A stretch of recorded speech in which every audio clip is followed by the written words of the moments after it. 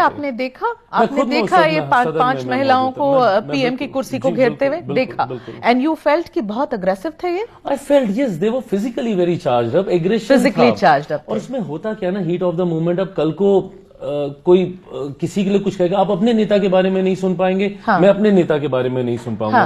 तो ऐसी परिस्थिति में लाना ही क्यों? बीच में एक अच्छा वेल है, आप उधर से रह के आप सारी बातें बोलिए ना, हम लोग इधर से रह के सारी। अब कल प्रधानमंत्री जी ने हर बात का जवाब दिया ही ना राज्यसभा में। बिल्कुल, अगर विपक्ष अगर अपनी बातों को रखता, और मुझे सबसे बड़ा दुख इस बात का है कि पूरे विपक्ष की आवाज एक आदमी ने दबा दी, नेता प्रतिपक्ष को, जिसने आपने जिसको इन लोगों ने चुना, उस एक आदमी ने, नेता प्रतिपक्ष ने, सिर्फ एक जिद के लिए कि मुझे बोलना है तो सिर्फ इसी विषय पे बोलना है। उसके बाद सपा के मेंबर ऑफ पार्लियामेंट को मौका दिया गया, उन्होंने नहीं बोला। टीएमसी, बंगाल में चुनाव होने हैं अभी, ममता जी सुप्रीम कोर्ट तक चली गई अपनी बातों को रखने के लिए। तो क्या चुनाव से पहले ये समय नहीं था टीएमसी के सांसद के पास कि वो अपनी बातों को सदन के पटल से अपने राज्य तक लेकर जाएं? तो एक आदमी की वजह से, उनकी एक जिद की वजह से पूरे विपक्ष को ही मौका नहीं मिला अपनी बातों को रखने का।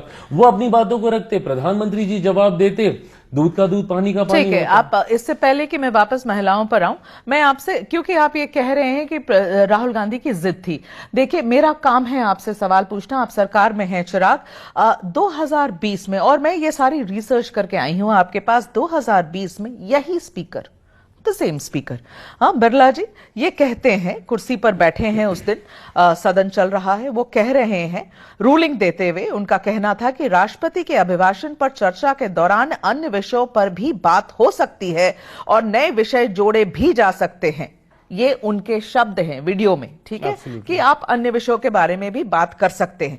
और अब जब राहुल गांधी को बोलने नहीं दिया जा रहा है, तो क्या लॉजिक दिया जा रहा है कि आप एक अनरिलेटेड इशू के बारे में क्यों बात करें? राष्ट्रपति के अभिभाषण के बारे में बात करिए, बजट के बारे में बात करिए। तो ये डबल स्टैंडर्ड क्या है आप लोगों का? देखिए, पहली बात तो डबल स्टैंडर्ड नहीं है मेघा जी, ये हम लोग को समझने की जरूरत है कि जब आप राष्ट्रपति जी के अभिभाषण, and I agree to whatever honourable speaker said in 2020 कि ये एक इतना विस्तृत विषय होता है जिसपे आप हर विषय पर आप चर्चा कर सकते हैं, बात कर सकते हैं। रादर हम लोग भी, मतलब जब मैं मेंबर पार्लियामेंट भी था तो मैं सबसे ज्यादा प्रेफर करता था कि राष्ट्रपति जी के अभिभाषण पे आए धन्यवाद प्रस्ताव पे ही मैं अपनी बातों को रखूं, ताकि मैं उसमें एक विस्तृत क्षेत्रफल की मैं चर्चा कर सकूं, मेरे जितने भी टॉपिक्स हैं, एजेंडाज हैं, मैं उसकी चर्चा कर सकूं।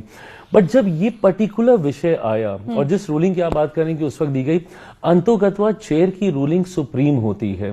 जब इस बात को लेकर ये संदेह उत्पन्न हुआ कि ये कोर्ट एक ऐसी जगह से किया जा रहा है जो कि अभी पब्लिश नहीं हुई है, दुनिया भर के लेकर उसके बातें सत्ता पक्ष विपक्ष दोनों की तरफ से की गई, तो उसके बाद चेयर ने पुनः एक रूलिंग दे दी कि इस विषय को लेकर आप अभी नहीं चर्चा करेंगे।